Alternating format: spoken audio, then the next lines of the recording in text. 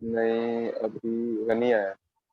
आतिफ। इसको कंटिन्यू करते हैं। हाँ अभी आ रहे हैं, वेट कर लेते हैं।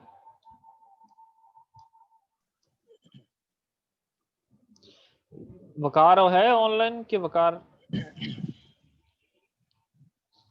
पर वकार का नेट बंद है और कॉल भी शायद रिसीव।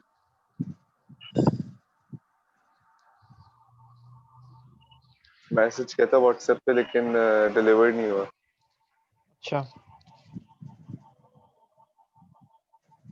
ये चीज थोड़ी सी क्लियर करनी चाहिए। थरिस्टर को ये टर्शियरी वाइंडिंग कहते हैं, ये टर्शियरी वाइंडिंग है। इसमें सॉरी क्या आवाज है, क्वेश्चन क्या आपका? ये मैं सर कह रहा था, ये जो आप थरिस्टर का कह रही है ना, थर्स्टल थरिस्टर वाइंडिंग जो है, टर्शियरी वाइंडिंग की, ये अलग अलग होती है दोनों, जैसी कोई अंतर नहीं। नहीं आपस टर्शियरी वाइंडिंग में दो मतलब ऐसे ही है जैसे आपका प्राइमरी और सेकेंडरी वाइंडिंग का रिलेशनशिप है, वैसे ही यही होती है। मतलब एक वाइंडिंग एक्स्ट्रा इसके ऊपर डाल दी जाती है। So for example you have a core and then this, for example इसके ऊपर प्राइमरी वाइंडिंग है तो इसके ऊपर सेकेंडरी होगी और फिर थर्स्टल वाइंडिंग भी यहीं पे होगी। ठीक है।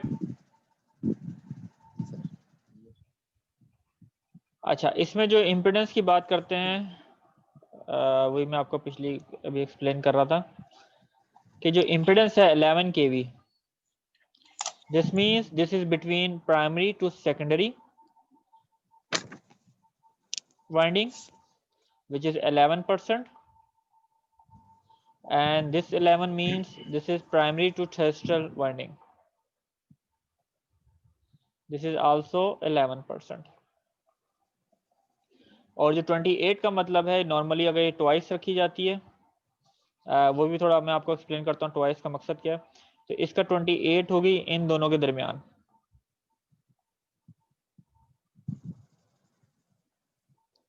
ओके यहाँ तक क्लियर? इसी तरीके से ये 0.4 है, ये इम्पिडेंस की बात हो रही है और ये रेजिस्टेंस की बात हो रही है। तो ये 0.4 है बिटवीन प्राइमरी टू सेकेंडरी और ये 0.4 है secondary to tertiary winding, sorry primary to tertiary winding यहाँ पे। तो दिस टू आर 0.4 और जो 0.8 है that is between secondary to tertiary winding. उसके बाद जो टोटल वाइंडिंग की अगर बात करें, इस एग्जांपल में हम नेग्लेक्ट करेंगे कोर लॉसेस को। ओके नाउ अगर प्राइमरी टू सेकेंडरी की टोटल जो इम्पिडेंस है वो कैसे निकलेगी? Primary plus secondary refer to the high voltage side. ये डिपेंड करता है किस तरफ आप कर रहे हैं, जाहिर सी बात है। तो इसका मतलब है यहाँ हम रेफर कर रहे हैं इस फार्मूले में प्राइमरी साइड की तरफ। ओके जो सेकंड फार्मूला है हेयर इज आल्सो, तो टोटल जो इम्पिडेंस है पीटी प्राइमरी टू थर्स्टल वो बराबर है primary plus tertiary, and same between secondary to tertiary के बारे क्या होगा आपके पास? ये होगा secondary and tertiary both refer at primary side. तो इसकी जो इम्पिडेंस का जो स्ट्रक्चर होता है वो ऐसे बनता है। तो ये जो नोड है आपके पास प्राइमरी नोड है, ये जो नोड है आपके पास सेकेंडरी नोड है और ये आपके पास जो नोड है थर्स्टल नोड है। ठीक है तो ये आपके पास आ जाएगा जेड पी, ये आ जाएगा Z S dash and then you have a Z T dash, और यहाँ पे डैश आएगा। डैश का मतलब ये है कि दोनों इम्पिडेंस रेफर ऐड की गई है प्राइमरी साइड की तरफ। ओके ये चेंज हो सकती है ना, like ZP and ZS fish. Change से मुराद क्या, किस सेंस में चेंज हो सकती है?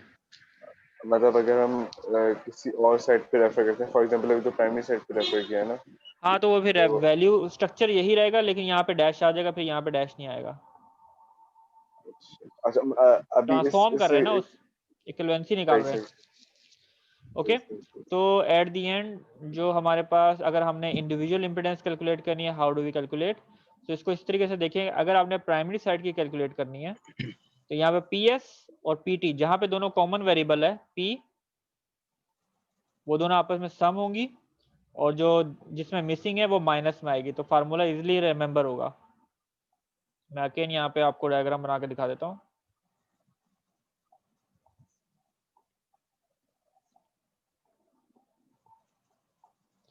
तो पी एस का मतलब ये दोनों टोटल है, ये जेड पी एस है, और here is means Z P T total, ये दोनों मिला के, और इन दोनों को मिला के बनता है जेड एस टी। असल में आप इसको डिवाइड नहीं कर सकते या सब्ट्रैक्ट नहीं कर सकते, उसकी वजह ये है कि यहाँ पे एक नोड बनती है, क्रिस्टोफ करंट लॉ उस पर अप्लाई होता है, and then you use the Thevenin formula to calculate the impedance, equivalent impedance, this formula. तो इसको मेमोराइज करने का तरीकेकार क्या है आसानी से, कि अगर आपके पास एस सेकेंडरी साइड की तरफ की इम्पिडेंस निकालनी है, साइड की तरफ नहीं सेकेंडरी इम्पिडेंस निकालनी है, तो इसमें देखिए जो एस का फैक्टर है ये दोनों आप एड अप करें, और जो जिसमें एस मिसिंग है तो उसको आप सब्ट्रैक्ट करते हैं उसके साथ, एंड ऑब्वियसली डिवाइडेड बाय 2। इसी तरीके से अगर थ्रेशोल्ड वाइंडिंग आपने निकालनी है, then you will have T on both side, या सम कर लें दोनों को और then it will be subtracted. Okay okay, now we will solve this. Sir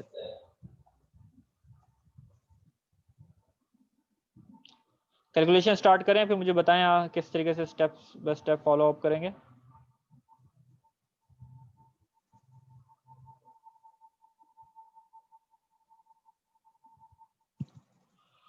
alright, so सबसे पहले हम क्या करेंगे, प्राइमरी साइड की पीएस जो वैल्यू है Z P S Z P T at 20 kV side, at this side we will calculate the impedances। तो यहाँ आपके पास आ जाएगा 11 kV divided by 100, that would be 0.11। the voltages are 20 kV, and then rated power is 45।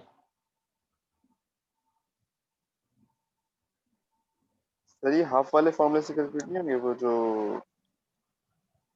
Half multiply by जो आपने अभी अभी जो बता रहे थे,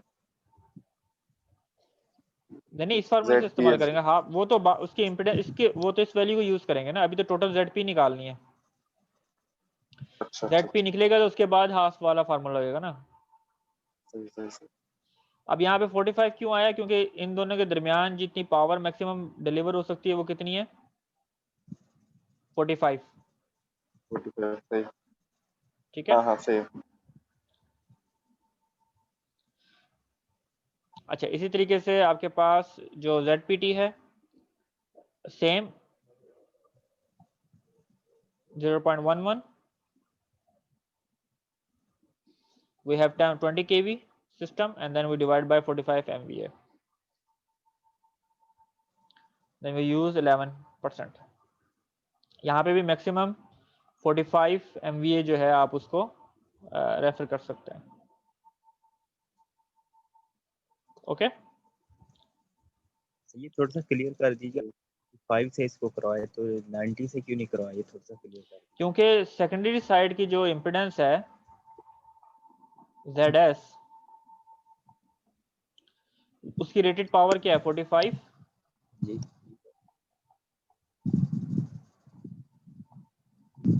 okay, so the maximum power that can be delivered over there, yes sir. इस वजह से 90 सर नहीं कर 90 तो सकते क्योंकि यूज ही नहीं 90 तो होगा। टोटल है दोनों की है, तो इसकी जो इम्पिडेंस है वो इस 45 MVA के ऊपर रेफर की गई है। अच्छा ZSC अगर निकालेंगे तो हम 90 यूज करेंगे। नहीं तब भी नहीं, क्योंकि कॉमन बेस 45 है यहाँ पे, बेस हमेशा कॉमन ली जाती है। ठीक है, आप कह रहे हैं सर इसमें पावर तो दोनों साइड एक ही रहेगी ना, सेकेंडरी की यूज कर सकते हैं। यहाँ पे इसकी कैपेबिलिटी तो है 90 की, सही। लेकिन पावर इसमें दोनों तरफ 45 ही रहेगी ना, इससे इसके रेफर में से 45 से ज्यादा इंक्रीज नहीं हो सकती ना इसका रेशो, उसकी कैपेबिलिटी लिमिटेड है ना सेकेंडरी साइड। ओके हाँ हाँ हाँ हाँ। मुझे ये बताएं सेकेंडरी साइड आप कितनी पावर ले सकते हैं, 45। 45 उसकी तो उससे ज्यादा तो आप नहीं ले प्राइमरी सकते, कैपेबिलिटी है तो उसकी 90। हाँ, तो प्राइमरी को आप रहने देना, उसकी रेटेड पावर कितनी है 45 सही होगी। सही यहाँ पे आप कोई एक बेस चूज करते हैं, कोई सिंगल बेस लेते हैं, कॉमन बेस सही है। कॉमन बेस लेते हैं, तो वी विल टेक 45। ऑलराइट, सही है सर। ठीक है। उसके बाद आपके पास again you are referring between PT which is also 45 here. तो आपके पास पैरामीटर कितने लगेगा 0.978 ohm, 0.978 ohm, so both are same. Now between S and T again we are referring them at 20 kV side को रेफर करना है, इस वजह से यहाँ पे 20 kV आएगा, लेकिन इसकी जो मैक्सिमम पावर या जो बेस पावर हमारे पास आ रही है वो 45 MVA आ रही है।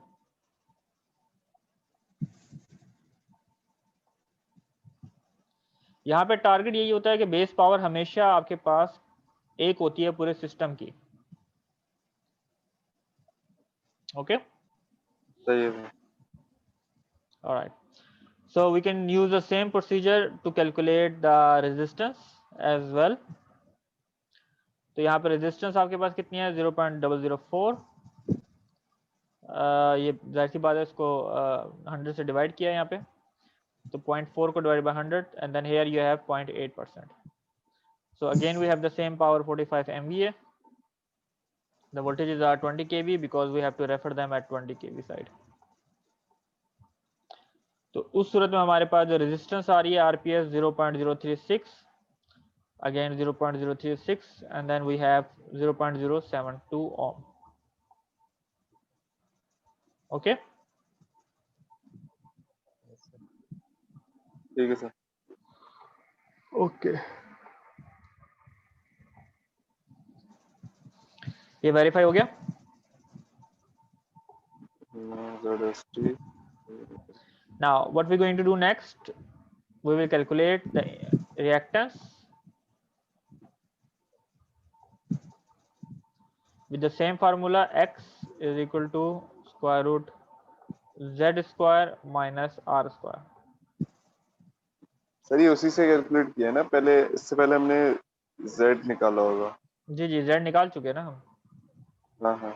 तो z and then r RP and then we have the values सही है। something like this, X 0.977, 0.977, this is the reactance between primary to secondary and primary to terrestrial winding, and then we have a secondary to terrestrial winding is 2.488 ohm, refer at 20 kV side। now we apply this formula to calculate the individual impedances। so here you have xp plus xpt xpt, yes, minus xst divided by total whole divided by 2, so we will get the value something like this। note that the value can be on negative side की value आ सकती है इसकी। Sir question है जी बताएं। Sir, अगर for example ये जो हमने पूरा प्रोसेस किया है ZXPS और XPT और XST वाला, तो अगर हम इसको अभी हमने प्राइमरी साइड पे रेफर किया, अगर हम जी सेकेंडरी साइड पे रेफर कर रहे होते तो ये हमारा XP X-S और X-T ये चेंज होते जी, डैश चेंज हो जाते हैं यहाँ पे, आपके इंडिविजुअल पास चेंज होती है, इंडिकेशन चेंज हो जाती है ना। इंडिविजुअल अगर हम निकाल रहे होते तो। हाँ, ये चेंज हो जाती है ना, अगर आपने सेकेंडरी साइड करना होता तो यहाँ पे डैश आ जाता और यहाँ पे ये मिट जाता, और ये इसकी जगह आप क्या लिखते 10। 10 है क्या है 4 है,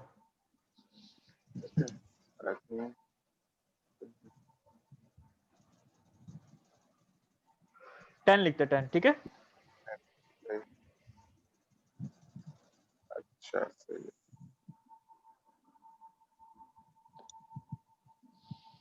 so we have the मतलब values ये over here values minus values भी चेंज 0.26, होती है, सॉरी वैल्यूज भी चेंज हो जाती है ना।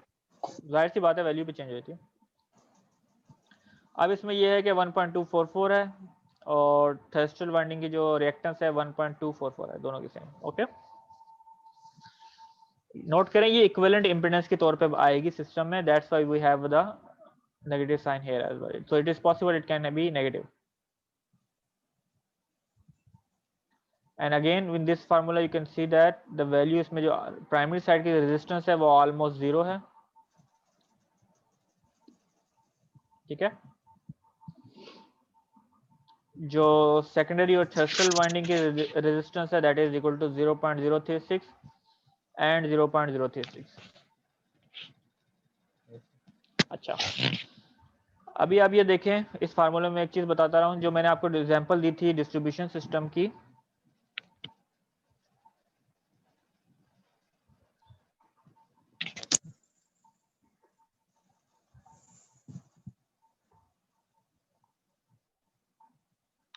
होता ये है कि आपका जो डिस्ट्रीब्यूशन, फॉर एग्जांपल यहाँ पे एक जनरेटर लगा हुआ है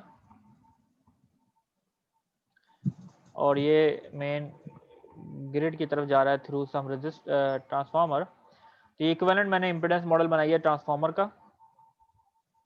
तो इस फार्मूले के तहत अगर हम देखें तो आरपी की वैल्यू यहाँ पे क्या आ रही है, 0, ठीक है। और इसमें जो वैल्यू है 0.0366 और 0.036। अगर इंडस्ट्री में यहाँ पे मोटर लगी हुई है और यहाँ पे कुछ लोड है, तो जब मोटर स्टार्ट होगी, स्टार्टअप, अब आप मुझे बताएं क्या इस पैरामीटर के तहत इसके ऊपर इसका इफेक्ट आएगा कि नहीं आएगा? क्योंकि स्टार्टअप में आपने इंडस्ट्रीज में काम किया है तो आपको पता होगा कि स्टार्टअप में मोटर हाई करंट लेती है, जिसकी वजह से यहाँ पे जो इफेक्ट आएगा वोल्टेज ड्रॉप कॉज आएंगे, ठीक है। तो मुझे बताएं इस मोटर का इफेक्ट दूसरे बस बार के ऊपर आएगा कि नहीं आएगा?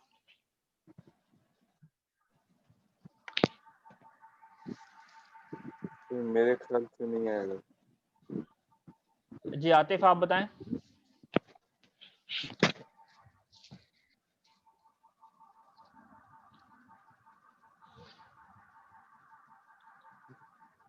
आएगा मेरे ख्याल में इसका।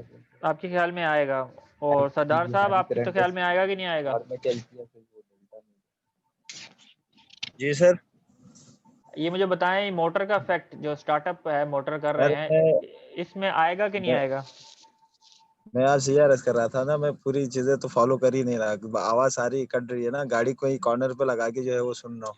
अच्छा जी, मैं आउट ऑफ सिटी हूँ सर, मैंने मैसेज कर दिया था ग्रुप में ना। चले ठीक है, कोई मसला नहीं है, वैसे देख ले जो भी समझ आ रहा है बताएं। तुक्के में बोलना है तो तुक्का लगा देता हूँ। लाओ जी तुक्का लगाओ। क्वेश्चन दोबारा पूछो सर।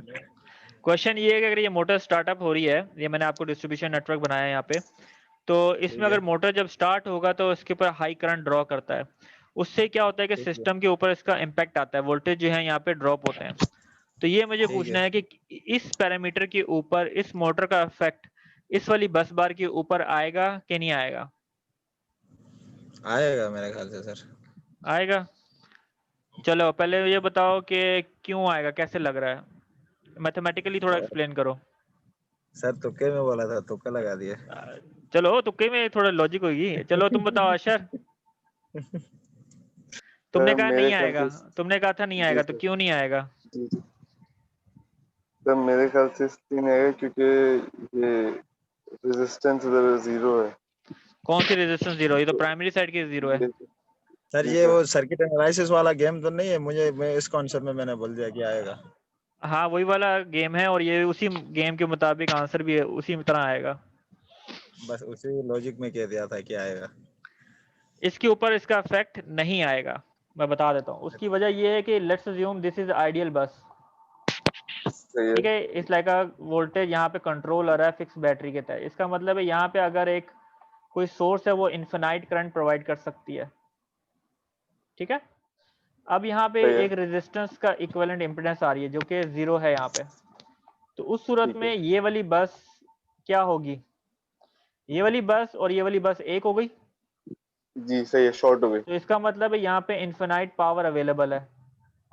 तो जाहिर सी बात है जब आप अब यहाँ पे वो डिवाइड हो रही है, लॉसेस नहीं होंगे, ठीक है। अब जाहिर सी बात है जब यहाँ पे कोई मोटर है, वोल्टेज ड्रॉप क्यों होते हैं कि जब पीछे से अमाउंट ऑफ करंट जो है वो लिमिट हो जाए, ठीक है।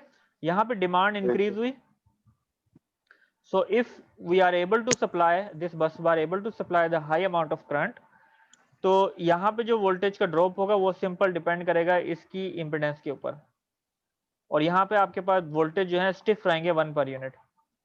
तो यहाँ पे जो इफेक्ट है इस बस बार के ऊपर नहीं आएगा, क्योंकि उसको तो 1 पर यूनिट की वो सप्लाई 1 मिल पर रही यूनिट होगी। उसको मिल रहा है। लेकिन अगर आप कह सकते हैं रिएक्टेंस की वैल्यू को, अगर आप इसको रिएक्टेंस की वैल्यू को देखें, यहाँ वैल्यू नेगेटिव में भी नेगेटिव को साइन को इग्नोर करें, तो इस सूरत में आपके पास यहाँ पे वैल्यू है x है, and then you also have again the value of x, and then here you also have the value of x। ठीक है, तो अब यहाँ पे इनफिनाइट पावर यहाँ पे है, यहाँ पे इनफिनाइट पावर नहीं है, तो इस नहीं वजह है। से जब यहाँ पे करंट ड्रॉ होगा तो इसका इफेक्ट इस बस बार के ऊपर आएगा, क्योंकि ये इम्पिडेंस बीच आएगा। में प्ले करेगी। सही है, सही है। ठीक है, अच्छा, ये जो दो डिफरेंस है इस न्यूमेरिकल से, सिर्फ आपको एक चीज क्लियरफाई करनी थी कि इस चीज़ का इम्पैक्ट क्या होता है कि अगर डिस्ट्रीब्यूशन नेटवर्क है जो मेनली आपके पावर प्लांट में इस्तेमाल होता है, तो उसमें अगर आप ये पैरामीटर्स को देखें, तो this is about the selection of the transformer. अगर आपके पास ये जो इम्पिडेंस है between S and to, S और T, sorry, secondary and terminal winding, ठीक है, इन दोनों के दरमियान ये वाली इम्पिडेंस इसका ट्वाइस है, तो आपकी जो प्राइमरी आरपी है वो 0 निकलेगी। ओके, सो अगर आपने किसी डिस्ट्रीब्यूशन नेटवर्क में, अगेन रिपीट कर रहा हूं, यहाँ पे मोटर है, इसका इम्पैक्ट खत्म करना है, तो आपको ट्वाइस लगानी पड़ेगी। तो आपने ट्रांसफार्मर के पैरामीटर ऐसे चूज करने हैं कि इसकी जो सेकेंडरी टू टर्मिनल वाइंडिंग है, जो ये इम्पिडेंस है, ये ट्वाइस हो इन दोनों इम्पिडेंस के, ये दोनों बराबर होनी चाहिए। ठीक है, और ये इसका ट्वाइस होना चाहिए। यही चीज अगर आप यहाँ पे करें, ये अभी इसका ट्वाइस नहीं है, 11 का ट्वाइस क्या बनता है 22। अगर ये वैल्यू 22 होती तो आपके पास XP जो है वो भी 0 आता। वो तो आइडियल केस होता ना। बेसिकली यहाँ पे डिफरेंट क्रिएट करने का मकसद यही है, दोनों का आपका इफेक्ट दिखाना, लेकिन नॉर्मली जब आप चूज करते हो डिस्ट्रीब्यूशन नेटवर्क में तो यहाँ पे 22 ही होती है। ठीक है, क्योंकि अगर आपकी फॉर एग्जांपल इम्पिडेंस जो है वो वैलिड नहीं है, उसका XP is not equal to 0 और रेजिस्टेंस इज इक्वल टू 0, तो उसका इम्पैक्ट तो सिस्टम के ऊपर आएगा ही आएगा ना, XP की वजह से, क्योंकि टू एस की वजह से। हाँ, क्योंकि Z की अगर रेफर करें तो Z होती है इसमें। ओके, तो आप ये घर पर प्रैक्टिस कीजिएगा इस चीज को। सेम एग्जांपल लें और यहाँ पे 28 की जगह रखें 22%। सही। और मुझे इस पूरे कैलकुलेशन दोबारा परफॉर्म कर, ऑब्वियसली आपको सिर्फ इम्पिडेंस की वैल्यू और रिएक्टेंस निकालनी पड़ेगी, तो इसको वेरीफाई कीजिएगा कि आपके पास जो XP है, ये वैल्यू, सॉरी, ये वाली वैल्यू, जी जी जी, ये आपके पास 0 आनी चाहिए। This should be is equal to 0। सही सही सही। ओके, सर एक आउट ऑफ कॉन्टेक्स्ट क्वेश्चन है। जी बताएं। सर ये जो आप पेंसिल यूज कर रहे हैं रिकॉर्ड हो रही है ना? हाँ, रिकॉर्ड तो हो रही है। नहीं, पेंसिल जो यूज कर रहे हैं ये भी रिकॉर्ड हो रहा है ना? पेंसिल का मालूम नहीं।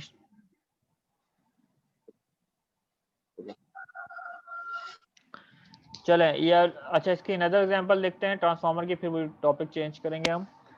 इसमें हमने ये कैलकुलेट करना है, इसमें कंसीडर कर रहे हैं हम लॉसेस एज वेल। तो upper part is same, so we have a transformer between 110 kV to 33 kV। इसकी रेटेड पावर है 63 MVA। ये 2 वाइंडिंग ट्रांसफार्मर है and we are considering the losses. तो लॉसेस अगर कंसीडर करना है then you will need 2 losses, no load current and then no load active power losses, जो normal system में गिवन होते हैं। ठीक है, so how we going to, I है no load losses, no load losses current, sorry, no load losses current है, और ये है no load active power losses.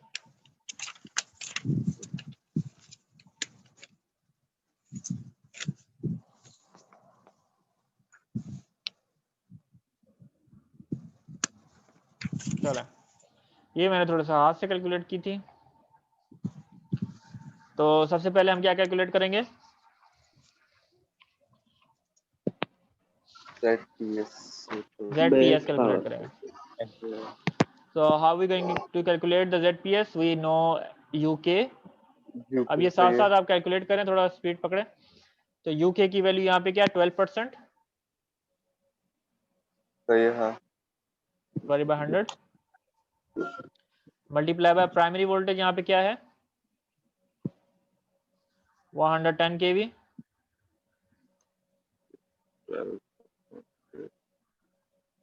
and the power is divided by 63 mega.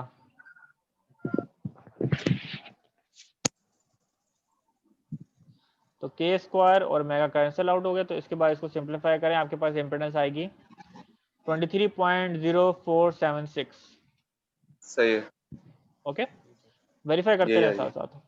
उसके बाद रेजिस्टेंस सेम, यहाँ पे आपके पास यूआर की वैल्यू क्या है? 0.6% डिवाइडेड बाय 100, अगेन 110 का square divided by 63 mega. Okay, तो इसमें जो रेजिस्टेंस की वैल्यू निकलेगी आपके पास वो आएगी 1.1524।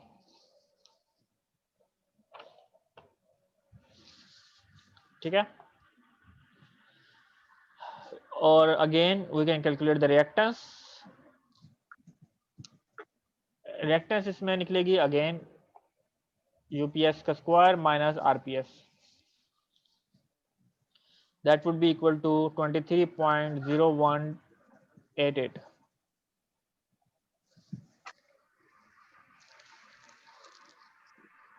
अब मैंने आपको एडिशनली बताया था कि अगर आप दोनों, ये तो टोटल है, अगर आप दोनों इम्पीडेंस को स्प्लिट करना चाहते हैं, प्राइमरी साइड और सेकेंडरी साइड अलग अलग करना चाह रहे हैं, देन यू डिवाइड बाय 2।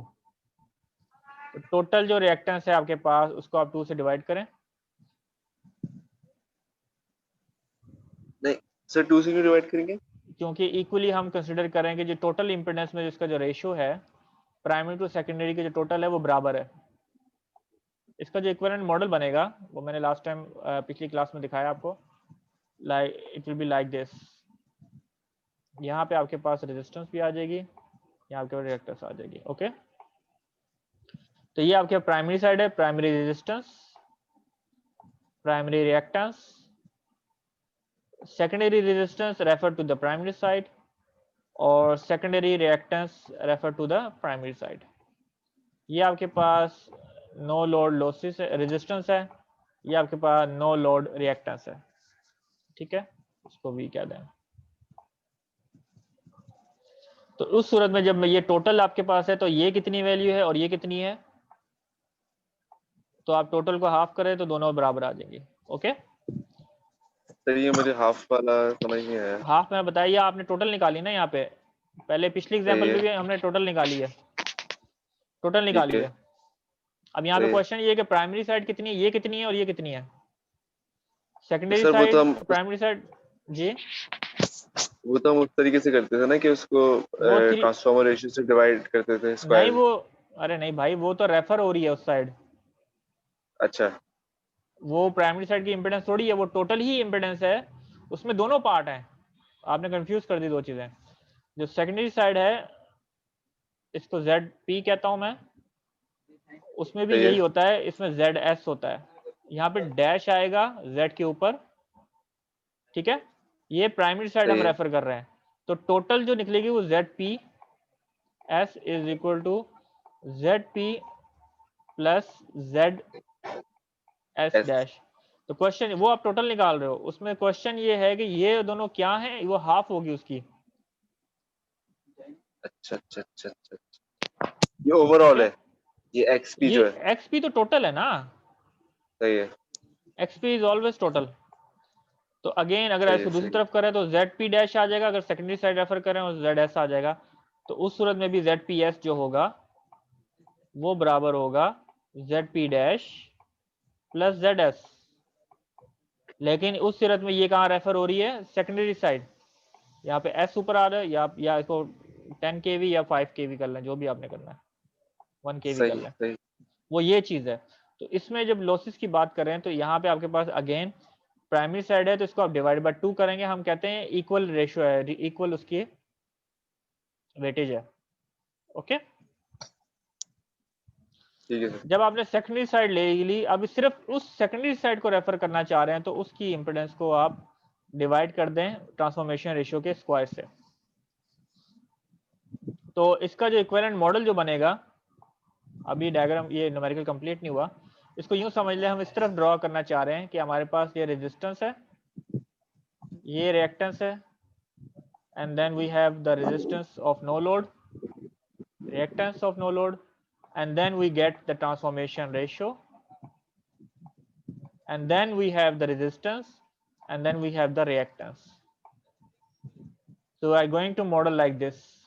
तो यहाँ पे आ जाएगा RP, यहाँ आ जाएगा XS, और यहाँ आ जाएगा RS, और यहाँ P है RS, और यहाँ आ जाएगा XS। यहाँ पे डैश नहीं आएगा क्योंकि ये सेकेंडरी साइड है ऑलरेडी और ये प्राइमरी साइड है, तो उसकी इम्पिडेंस को हमने, जो सेकेंडरी साइड की वाइंडिंग की जो इम्पिडेंस है, उसको हमने सेकेंडरी साइड ही रेफर कर दिया हेयर ओनली, और हेयर प्राइमरी साइड की इम्पिडेंस है वो प्राइमरी साइड ही रेफर किया। तो इसका equivalent model would be like this. बात समझ आई? जी जी सर। चले, इसकी जो नेक्स्ट कैलकुलेशन है,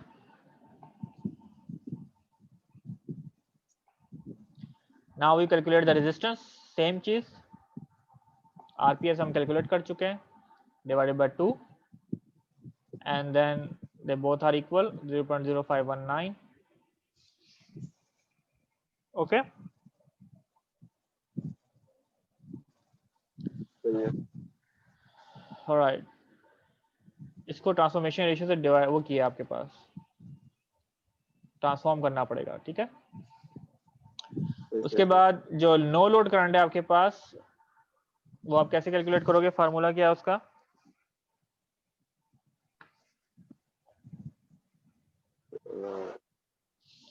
percentage of no load current divided by no rated current multiply by 100, ये आपके पास IP आ जाएगा। ये कौन सा फॉर्मूला है सर? ये IP रेटेड प्राइमरी करंट है। अच्छा। और आपके पास रेटेड प्राइमरी करंट कैसे कैलकुलेट होता है, S is equal to √3 IP, मतलब रेटेड करंट और रेटेड पावर। इससे ज़्यादा रेटेड पावर निकालें at primary side, sorry rated current निकालें एट प्राइमरी साइड।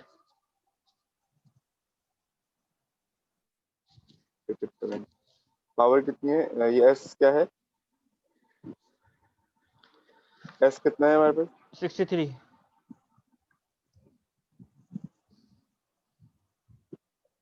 यार आप डायरेक्ट भी तो निकाल सकते हो। इस तरीके से? नहीं आप इसी से निकालें, हाँ निकालें इसी से।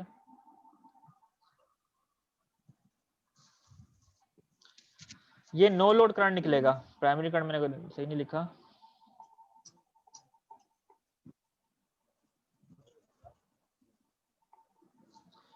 That will be the no load current. ये percentage of no load current है, ये रेटेड करंट आएगा, तो rated current would be this one.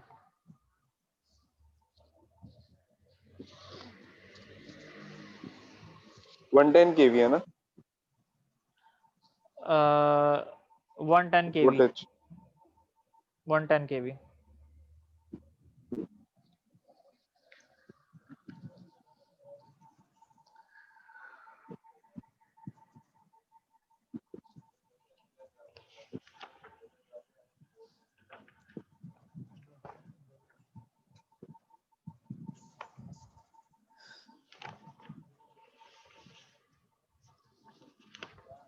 Yes sir, यही है 330। ये रेटेड करंट है। अब नो लोड करंट निकालें, इसका कितना निकलता है? नो लोड करंट ये परसेंटेज वाले फॉर्मूले से ये परसेंटेज, ये percentage no load current given है आपके पास, कितनी गिवन है? सही है। 1.25% 1.25%। और रेटेड करंट आपने निकाल लिया 330। सही है। ठीक है, इससे निकालें कितना करंट आता है?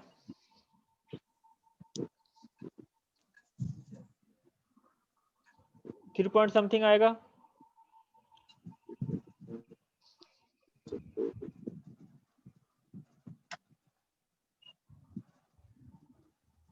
3.78। 3.78 आ जाएगा। अच्छा, यहाँ पे थोड़ा सा डायरेक्ट फार्मूला दिया हुआ है। नो लोड इम्पीडेंस कैसे कैलकुलेट होगी?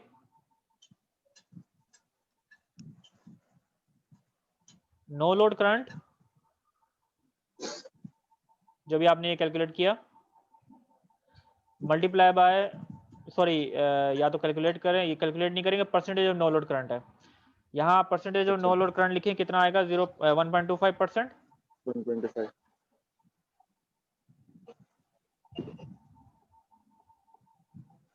ठीक है, मल्टीप्लाई बाय प्राइमरी साइड का वोल्टेज,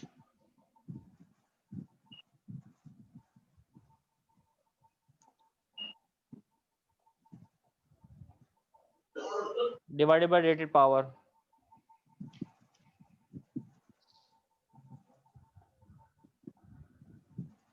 तो टोटल Z आ जाएगा आपके पास।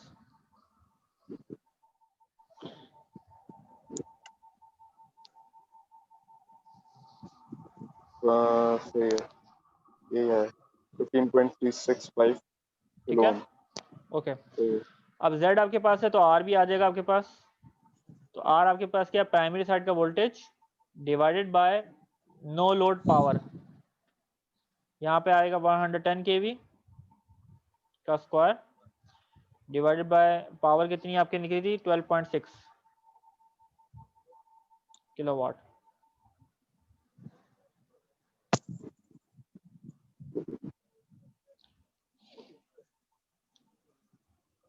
सही है।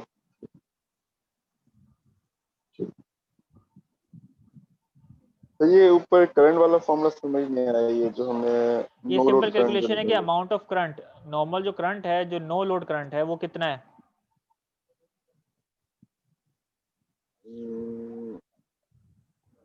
ठहरो जरा, मैं आपको फार्मूला दिखा देता हूँ दोबारा।